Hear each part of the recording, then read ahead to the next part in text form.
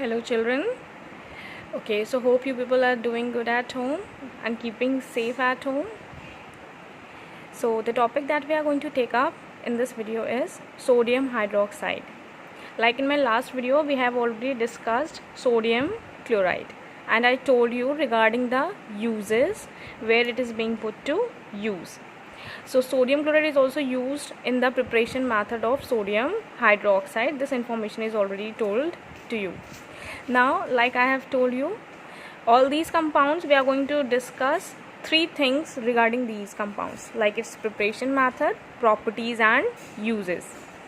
So starting with sodium hydroxide, which is a base that you are knowing it, and commonly it is known as caustic soda, and the formula of sodium hydroxide is NaOH. Okay, now it is a strong base. This also is known to you. We have discussed these many things. Okay, so when it comes to the preparation method of sodium hydroxide is prepared by the electrolysis of concentrated aqueous solution of sodium chloride. Electrolysis of concentrated aqueous solution of sodium chloride. Now, concentrated solution of sodium chloride is called brine. So how is it going to be prepared? It is going to be prepared by passing electricity through brine. Now what is brine? Brine is concentrated solution, aqueous solution of sodium chloride. Aqueous solution, you are knowing the meaning of this term also. Aqueous means we are going to make the solution of sodium chloride in water. Next is the reaction part.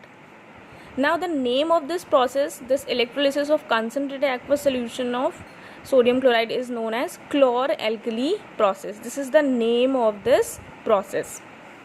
Now where does this chlor comes from and where does this alkali comes from? So chlor stands over here for chlorine and alkali means your sodium hydroxide.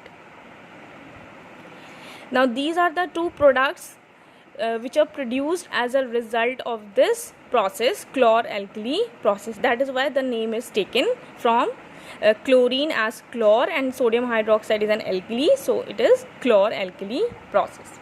Now coming on to the reaction. So sodium chloride we are going to make the aqueous solution, so it is water with us. Now we are going to pass electricity through this solution and the products you are going to get is sodium hydroxide, chlorine gas and hydrogen gas. Now the next thing is chlorine gas is going to be evolved at anode and hydrogen gas is going to be evolved at cathode, because this is an electrolysis process. So and these two gases are going to be evolved at respective electrodes. Now the question arises, why hydrogen gas is evolved at cathode? You know that hydrogen ions being positively charged get attracted towards cathode because your cathode is your negative electrode. So these hydrogen ions get attracted towards cathode and there they are reduced and then hydrogen gas is formed. Similarly, chloride ions are negatively charged, so they get attracted towards the positive electrode. Anode is your positive electrode and your chloride ions are negatively charged, so there is going to be some force of attraction between them, electrostatic force of attraction. As a result, what will happen? These chloride ions will get attracted towards anode and there they are going to be oxidized and then chlorine gas is going to be formed.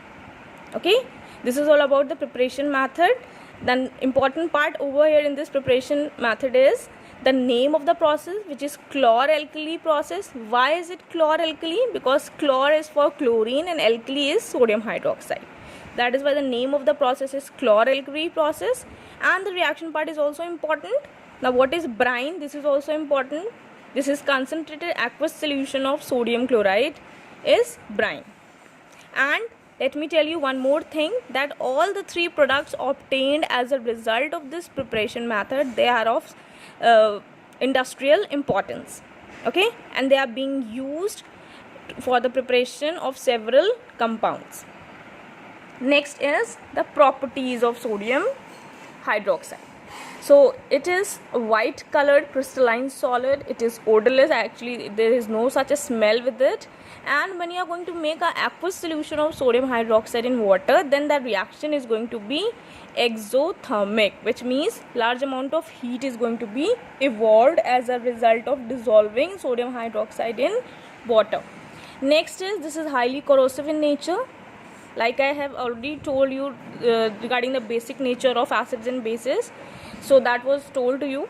So it is hygroscopic in nature. It is so hygroscopic in nature that it dissolves in water, and this property is called deliquescence. Now there is a difference between hygroscopic substance and deliquescent substance. Hygroscopic substances, they simply absorb moisture from the surrounding, but they don't dissolve in it.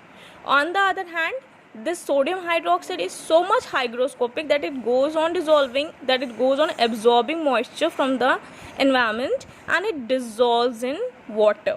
So that is why it is a deliquescent substance.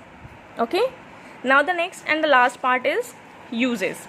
It is used, like I have told you, not only sodium hydroxide, but other two products like chlorine gas and hydrogen are also of high industrial importance. So we are going to be dealing with that also. First of all, we are going to discuss the use of sodium hydroxide. So sodium hydroxide is used in making soap and detergent. It is used in making soap and detergent. Next is, it is used in the manufacture of paper and artificial textile fiber. It is also used in the preparation of paper and some artificial textile fiber like rayon.